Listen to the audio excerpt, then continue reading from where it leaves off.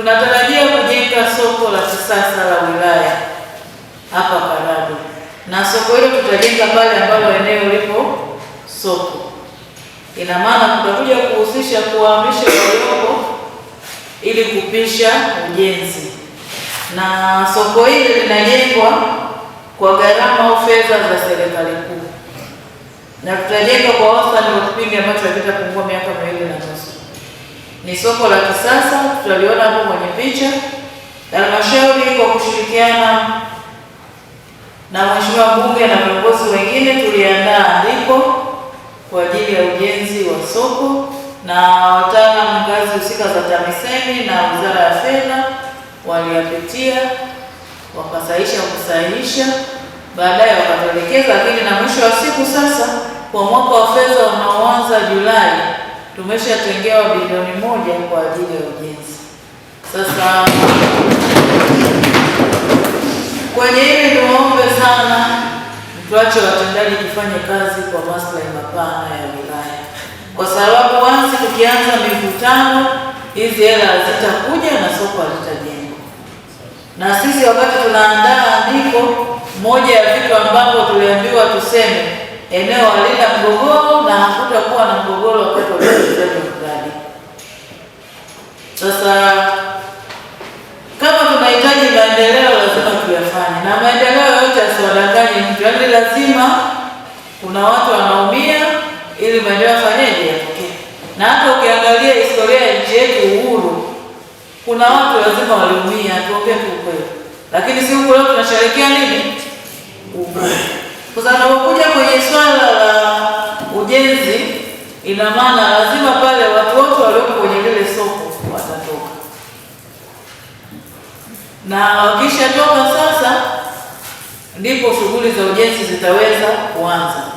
Na fedha hizi na muundo wake wa utekelezaji wa mradi ulivyo, tunafanya taratibu za manunuzi zote, kisha pata mkandarasi na mikataba mnapeleka hazina.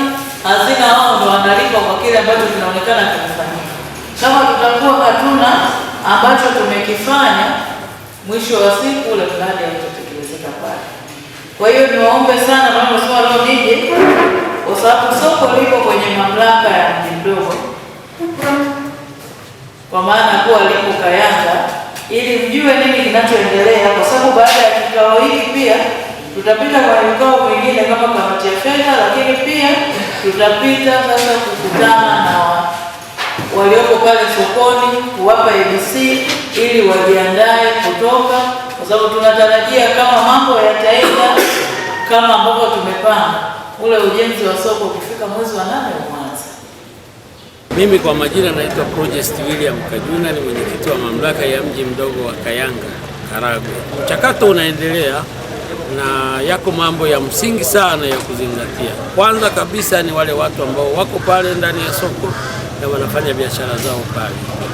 Kadiri michakato inavyokwenda, watakuja wataalamu pale, watashirikishwa pia wale ambao wako pale,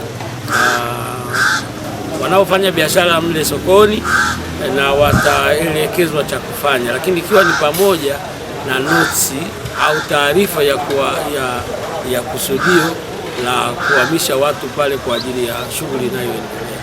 Mradi huu ni wa kimkakati na ninafikiri unafanyika Tanzania nzima. Kama watu wametembea, wamepita Misenyi wako wanajenga, ukienda Mleba wako wanajenga, ukienda Bukoba mjini wako wanajenga. Sasa na sisi Karagwe zamu yetu imefika, basi ni wakati wa kuboresha mazingira yetu na ili watu waweze kufanya kazi kwenye mazingira mazuri. Neno la shukrani kwa mkurugenzi, mwenyekiti wetu, wataalamu wote kwa hiki ambacho kinafanyika. Hili zaidi ambalo nimeliona na limenigusa juu ya maendeleo ya Karagwe yetu, juu ya soko ambalo linatarajiwa kujenga.